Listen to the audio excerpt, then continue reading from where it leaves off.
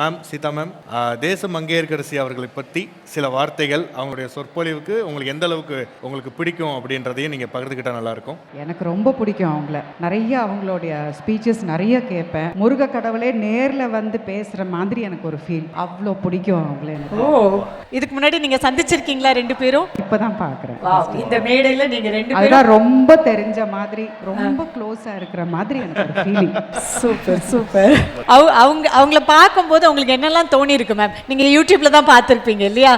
என்னெல்லாம் தோணி இருக்கு? அவங்க பேசுறதுல என்னெல்லாம் பிடிக்கும் உங்களுக்கு? இல்லை, கடவுளை பற்றி முருகரை பற்றி அவ்வளோ நல்ல விஷயங்கள் அவங்க ஷேர் பண்ணுறதுங்கிறது எனக்கு ரொம்ப, நான் கம்மியாக பேசுவேன், பட் நிறைய வாட்ச் பண்ணுவேன், நிறைய கேட்பேன். அவங்க பேசுறது வந்து எனக்கு ரொம்ப ரொம்ப பிடிக்கும். தேச மங்கையர்கரசி மேம், இன்னைக்கு சீதா மேம் கையால் உங்களுக்கு இந்த விருது கிடைச்சிருக்கு. நீங்கள் எப்படி ஃபீல் பண்ணுறீங்க? ரொம்ப சந்தோஷமாக இருக்குது, ரொம்ப மகிழ்ச்சியாக இருக்குது.